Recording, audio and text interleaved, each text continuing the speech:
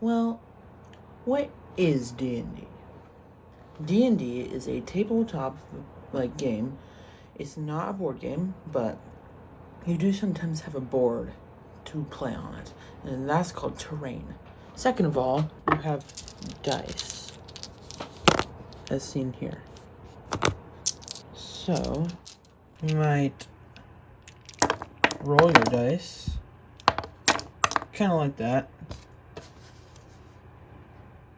or you don't really roll them all at once, though. Usually, most of the time, what you do is you just kind of throw one down, and that determines what you get. So, D&D does include some math, but it's not very much. It's just usually, you take 4 damage. Someone stabbed you in the back, so you take 4 damage. And you have a certain amount of health, so let's say you're like a barbarian, so you have like 12 health at first level. So, you subtract 4 hit points from your 12, like your pool of hit points, so now you have 8 because you took damage. Let's say the wizard casts Fireball on the barbarian. Well, the wizard will cast Fireball and see if it hits. So basically what you have to do is roll your d20, which is this die right here, and then you roll that. And your armor class is a certain amount of numbers, so let's say your armor class is like 16 or something like that. So you have like half plate. So the wizard has to roll a 16 or higher to actually be able to hit you on your d20, which is this die. Since I don't have access to many miniatures, I like using Legos like this guy. Legos are a very good way of alternate ability of basically they're called minis. So you can either buy them from the store like Dragonfire Games or something like that, or you can use a little Lego guy like these guys I've created here. They're pretty cool. Which is really fun. So you can also 3D print your minis, which is an entire thing, but I'll show you. I have not painted him or primed him yet, but I got a little Minotaur guy that I 3D printed here, which is really cool. So I'm going to start 3D printing terrain and all that stuff. So, yeah. This right here, this little board you see in front of me, this is a Dungeon Master screen. So they use it to, let's say they hide their minis behind it, so then they can bring them out when the time is now. It is time. But so the DM usually has minis or like a deck of cards, like the Taroka deck behind them, which is awesome. And usually it's just minis like that, or they have a big chunky binder like this. And this big chunky binder you see is big and chunky. Look how thick it is. It's thick. So this is usually where you take your campaign notes, or you write down character history, your campaigns, or just about anything. So, it doesn't involve work, though, because I have not used nowhere near as much as I'd like to for that. But that's a great starting point. So just get a binder, maybe some old notebooks or something. And that is just great. So, the on-brand books can be quite expensive sometimes. So, like Curse of Strahd. This one was like $60. So, it's expensive just to get one of these, which isn't even the rule book. This is just like campaign, so you can actually run it, and this provides all the details, and you need this to run it, or you can just use a standard deck of cards, but that's for another time. This is Curse of Strahd, and it's a campaign. You run it for your Dungeon Master. That is what your Dungeon Master screen is for. It's for being a Dungeon Master. The Dungeon Master is usually the person who tells the stories. The players and Dungeon Master both use dice here, so you're all going to need a set of dice. What's fun about that is it's awesome. It's suspenseful. It's amazing. I love storytelling. This is a non-official D&D rulebook. It is the Game Master's Book of Legendary Dragons. It's about, it's like $30. $30. Which is really, really good. It's like half the price of this thing. And I've looked through every page. I've read it all. It's amazing. I love it. They're like so good. So, and it's amazing. So, so let's say you want to be a player. You know what? I don't know what I want to be. So let's say you want to be, so there's so many things you can have for inspiration. You can have inspiration from, Thor, the Hulk, Marvel, general, that big poster back there.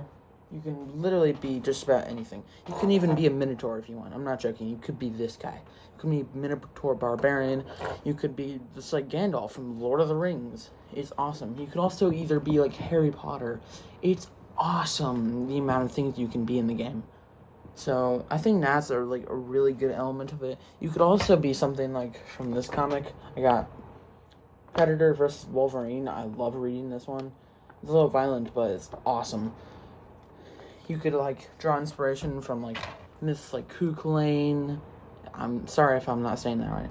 You can also be Beowulf, the monster hunter. You can be literally anything. Archers, stealth archers. So many stealth archers. And you can also be a chaotic mess known as your D&D session. Also, Dungeon Masters, I want you to know this. Your players are not going to be perfect. I've known this. They're not going to be perfect. They're going to do the most chaotic things I have ever seen. It's insane. But it's also really fun.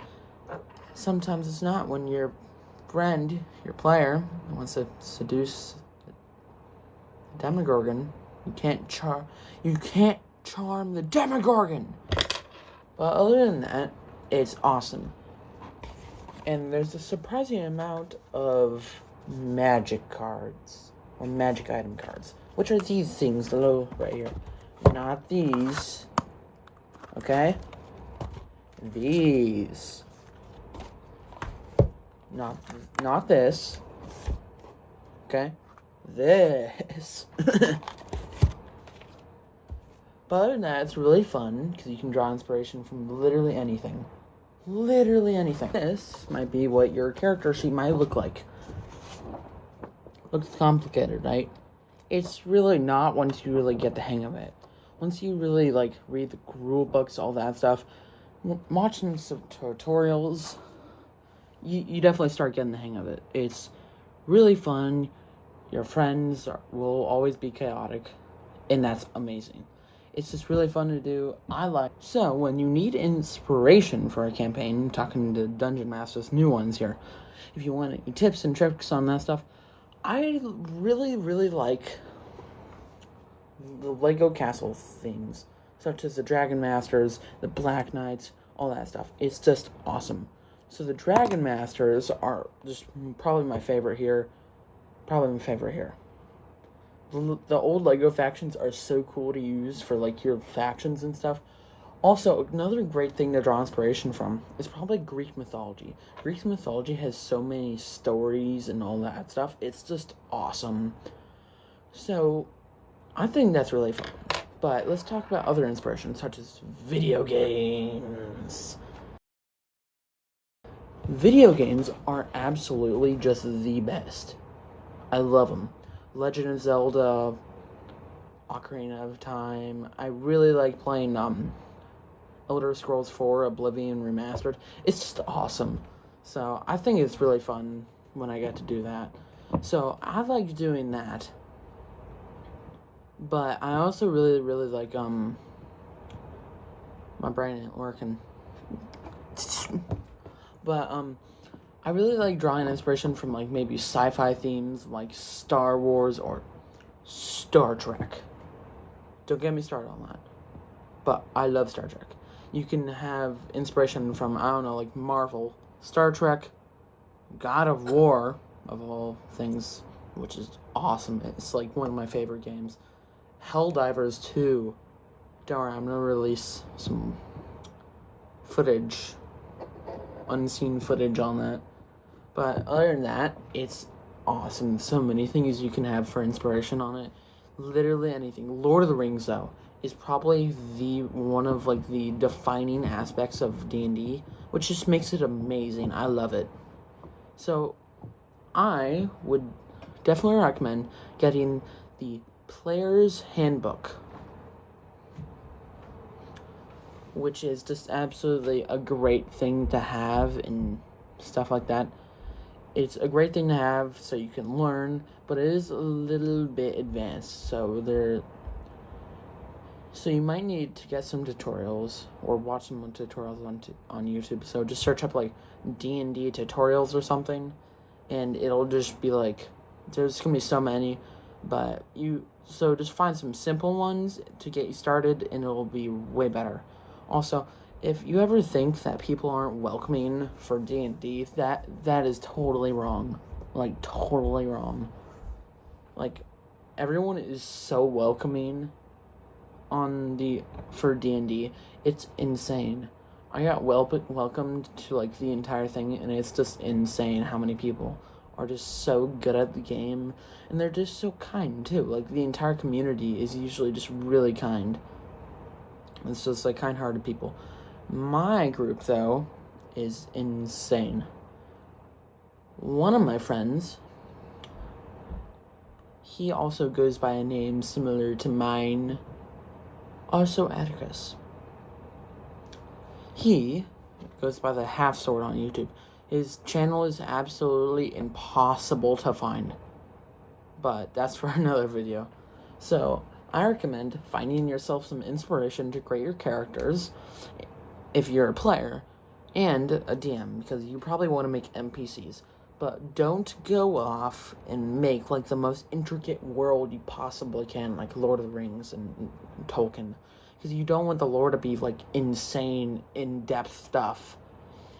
I think you just want it to be, like, simple, but, like, still really fun and awesome. So, you want it to be, like, good for your players, because you don't want it to be, like, overwhelming and just kind of like boring and dark and stuff like that.